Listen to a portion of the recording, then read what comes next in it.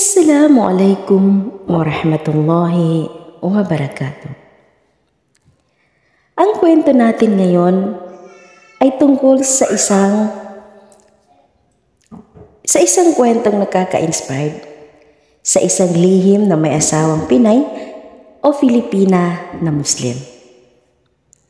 Isang kwentong totoong nangyari, naiulat sa pahayagan na may isang Saudi citizen na naghihingalo dahil sa katandaan.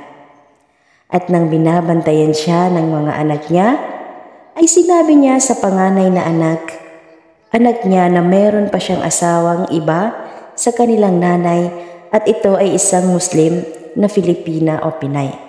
At kung maaari sana, ay kapag namatay na siya, ay kanya itong hanapin para magampanan niya ang tungkulin niya bilang asawa at makahati man lang sa mga kayamanan na may iwan niya kapag siya ay naglaon.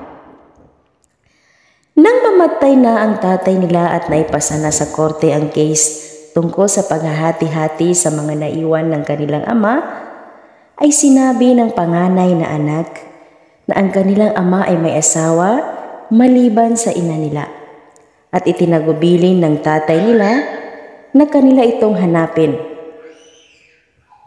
Nung marinig nag-judge ay nagdesisyon siya na hindi muna mahati-hati ang ari-arian na naiwan ng tatay nila hanggat hindi makadalo ang nabanggit na asawa ng tatay niya upang makuha rin niya ang hati niya.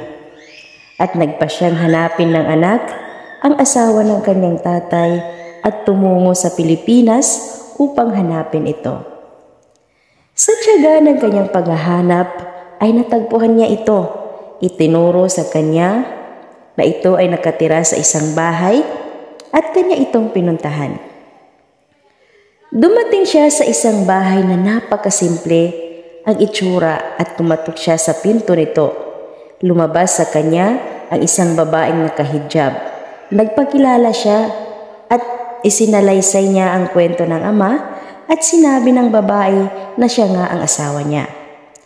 Niyaya niyang sumama papuntang Saudi ang babae dahil mahalaga ang pagdalo nito sa korte ng Riyadh tungkol sa naiwang mana ng yumaong ama.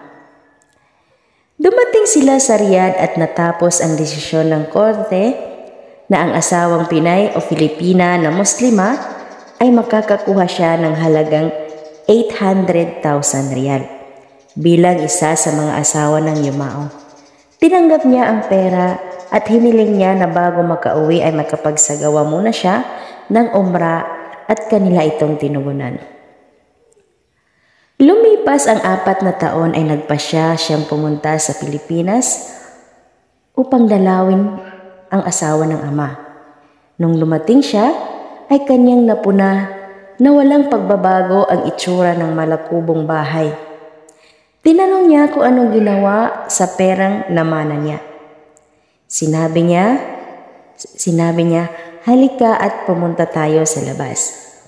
Pumunta sila sa isang malaking Islamic center na may mga classrooms at malaking masjid sa loob. Sabay sabi na dito ko ginamit ang namana ko sa iyong tatay. Tumingala at basahin mo ang mga pangalan ng center na yan. At nakita niya na ipinangalan sa kanyang tatay ang Islamic Center na sinabi niya. Ipinangalan ko siya sa iyong tatay para magsilbing sadaka o kawang gawa para sa kanya. At napaluha ang anak nang makita niya ito at napagtanto niya na isang makatotohanan at mapagkatiwalaan ang asawa ng kanyang ama. Bumalik siya sa Riyadh at sa araw na yun ay inipon niya ang kanyang mga kapatid at ikikwento ang pangyayari. Sa gabi rin iyon ay nakaipon sila ng 5 milyon mula sa kanilang magkakapatid para gawing charitable project sa mga mahihirap. Isang katangi-tanging halimbawa ng babaeng Muslima o Filipina na tinuruan sila ng pagpapatupad sa pangako, pagmamahal sa kabilang buhay kaysa sa buhay sa mundong ibabaw. Isang mabiyayang babae at mapalad na asawa.